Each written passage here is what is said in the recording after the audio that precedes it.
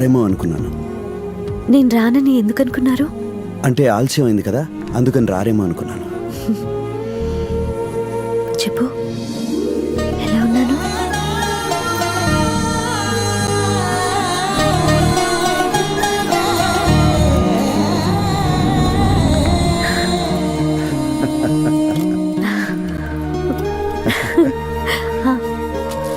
అరే ఏంటిది?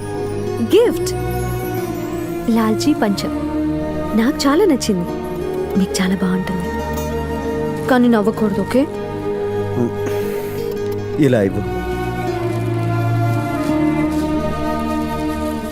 ఈ మాట వినడానికి ఎన్ని రోజులుగా ఎదురు చూస్తున్నాను. I love you two. I love you 3. I love you 4. I love you 5.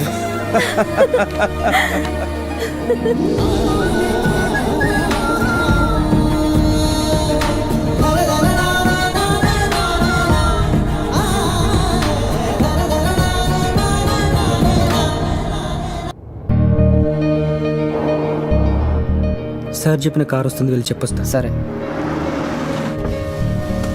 Good evening ma'am. Sir మీకోసం అక్కడ వెయిట్ చేస్తున్నారు. ఓకే. This way. సరే, ఎటువైపు వెళ్ళండి. సరే మేడం.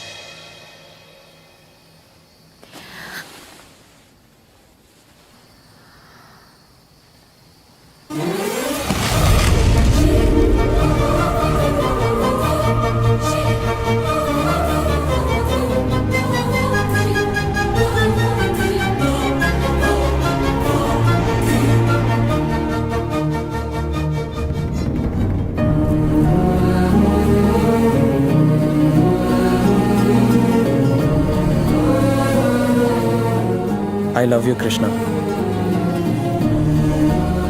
ఇంకో క్షణం ప్రాణం నిలబడితే చెప్దామనుకున్న చివరి మాట ఇప్పుడు నేను కలవగానే చెప్పాల్సిన మొదటి మాట.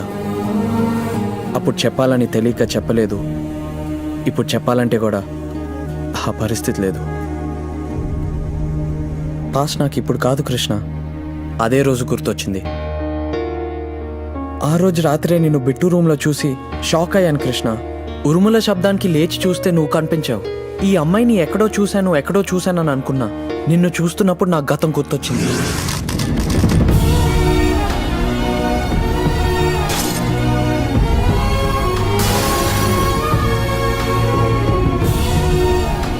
అంత గుర్తొచ్చింది కృష్ణ. నువ్వు నన్ను ఎంత ప్రేమించావో, నేను ఎంతగా బాధ పెట్టానో అన్నీ గుర్తొచ్చాయి కృష్ణ. విడిపోతూ బిట్టుకి దూరమైన మనం మళ్ళీ అమ్మా నాన్న అలా వెళ్ళి కనిపిద్దాం అనుకున్నా. కానీ నువ్వు నన్ను ఇంకా సేయించుకుంటున్నావని ఆ రోజు రాత్రి నాకు క్లియర్గా అర్థమైంది కృష్ణ.